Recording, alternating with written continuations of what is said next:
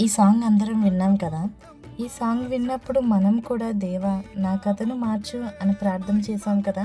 అయితే మన కథ మార్చబడాలంటే బైబిల్‌లో హన్నా కథను దేవుడు యోబు జీవితాన్ని తిరగరాశాడు. యోసేపు కథను మార్చి మహా అభివృద్ధిని యోసేపు చూశాడు. రక్తస్రావంతో బాధపడుతున్న స్త్రీ కథను దేవుడు మార్చాడు. ఎన్నిక లేని ఎస్తేరును దేవుడు రాణిగా మార్చాడు. దానియేలు జీవితాన్ని ఒక సాక్షిగా దేవుడు మార్చాడు.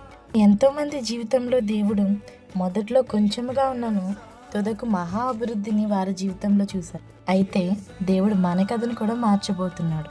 మనం చేయవలసింది ఒకటే, దేవునికి విధేయత కలిగి జీవించాలి. ఎలాంటి విధేయత కలిగి ఉండాలి? తన కుమారుణ్ణి బలి అడిగినప్పటికీ బలి ఇవ్వడానికి వెనకడుగు వేయకుండా ముందుకు సాగిన అబ్రహాము వలె మనం విధేయత కలిగి ఉండాలి. మనం అడిగింది పొందుకునే వరకు యాకోబు వలె పట్టుదల కలిగి మనం అడగాలి.